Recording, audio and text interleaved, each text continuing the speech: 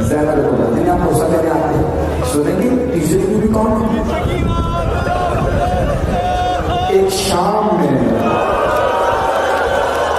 کسی زندان میں چھوٹی سی قبر میں ایک ایسی بیوی ہے، ان بیوی کے کان بڑے زخمی ہیں،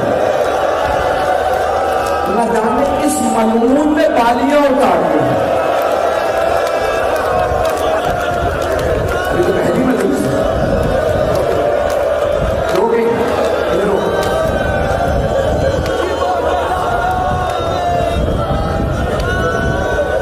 اگر کو بنا لیں یہ تو پہلی مجلس میں برداشت نہیں کر رہا. 5 منٹ کی زحمت ہوگا. کل مدینے سے بدائی کے مسائل ہیں. یہ میں نے کیوں پڑھا؟ کسی کے بھی برخوردار نے کہا ورنہ اگر ہو سکے ایک مسائل کا حدیث میں پڑھا تھا جب یہ عہد تھا. ایک بھائی سے بہن کے بدائی کے مسائل پیش کروں. جب جناب حمزہ کو ابو سفیان اور ہندا کے کہنے میں ان کے غلام وحشی نے نیزہ مارا تھا. اس نے پشت میں نیزہ مارا تھا، چھپ کے سینے سے نیزہ نکل آیا.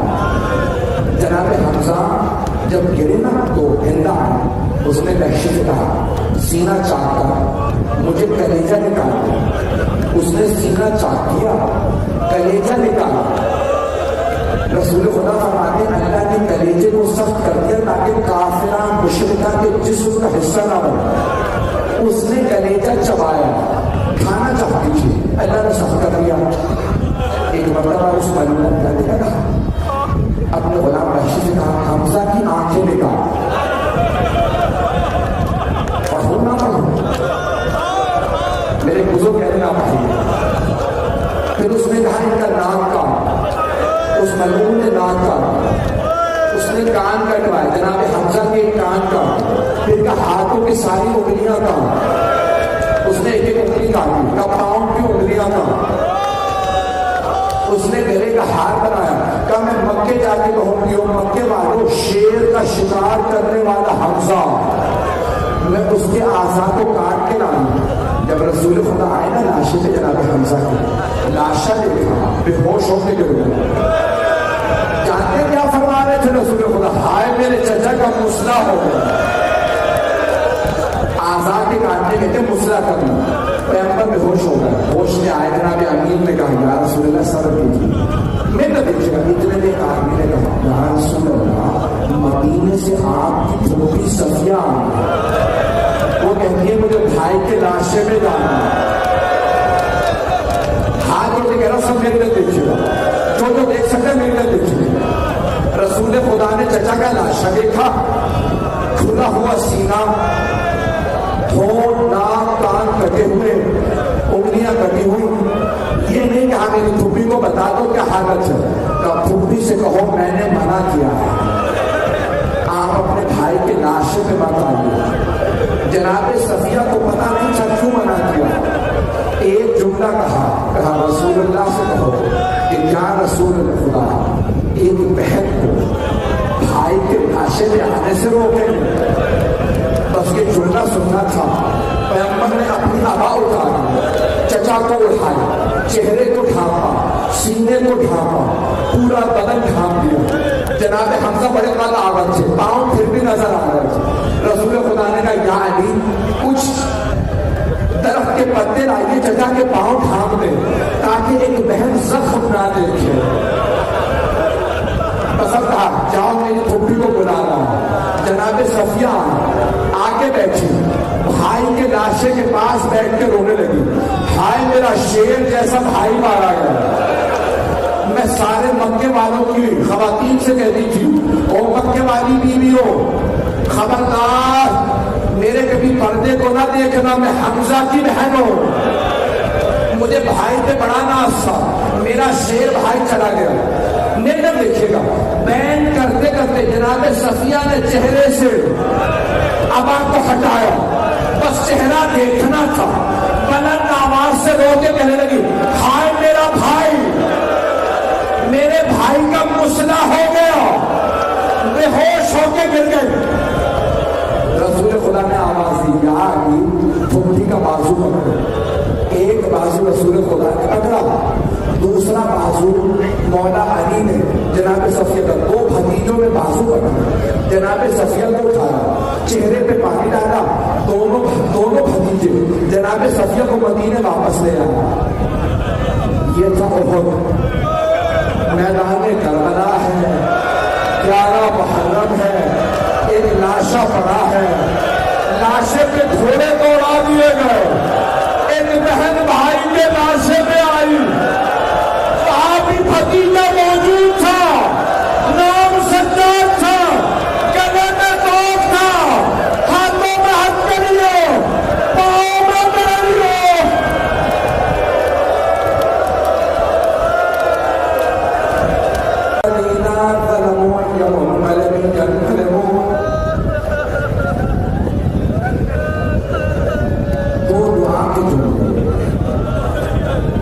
پہلی محرم ہے, سب ہاتھوں کو بلند کریں گے, آنکھ میں جب آنسو ہونا تو دعا رد نہیں ہوتی, اور اگر حسین ابن علی کا واسطہ ہو, جملہ پیش کروں مولا سجاد کا. جب مولا سجاد واپس آئے نا مدینے تو کسی آدمی نے پوچھا مولا اپنے بابا کا بتائیے جب ان کا سب نیزے پہ بلند تھا. تو مولا نے فرمایا جب بھی میں نے اپنے بابا کو دیکھا نیزے پہ تو میرے بابا کا سر یا میرے بھائی علی اکبر کو دکھ رہا ہے یا میری پھوپھی زینب کو, اور اگر کبھی اور نہیں دیکھا تو ایک چھوٹی سی بیوی جن کے چہرے پہ سرخ نشان ہے, برابر نے کہا اس بیوی کا راستہ جن کے رخسار سرخ تھے, ہمیں امام زمانہ کا ظہور دیکھنا نصیب فرما, دشمنان اہل بیت کو نیز کو نابود فرما, داعش و طالبان کو سعود کو غارت فرما, مومنین کی حفاظت فرما, عزاداروں کی حفاظت فرما, بانیان مجلس شرکت کنندگان پڑھنے والے سننے والے سب کی توفیقات میں اضافہ فرما. ایک آخری راستہ دے رہا ہوں, اپنی حاجات طلب کر لیجیے گا. ایک میرے بھائی نے اشارہ کیا, میں بھی دعا کرنے, بہت سے لوگوں نے مجھ سے طرح سے دعا کی, پر اس بہن کا واسطہ جو ہر روز بھائی کو دیکھنے آتے تھے, انہوں نے کربلا سے شام کیا دیکھا ہوگا, نیزے پہ سب الگ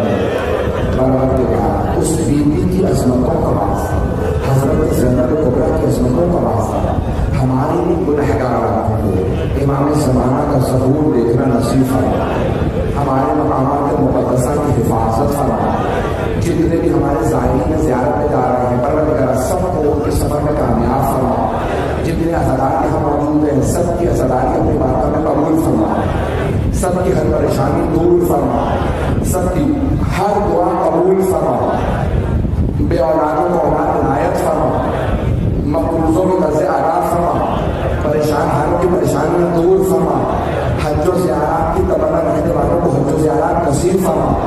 ربنا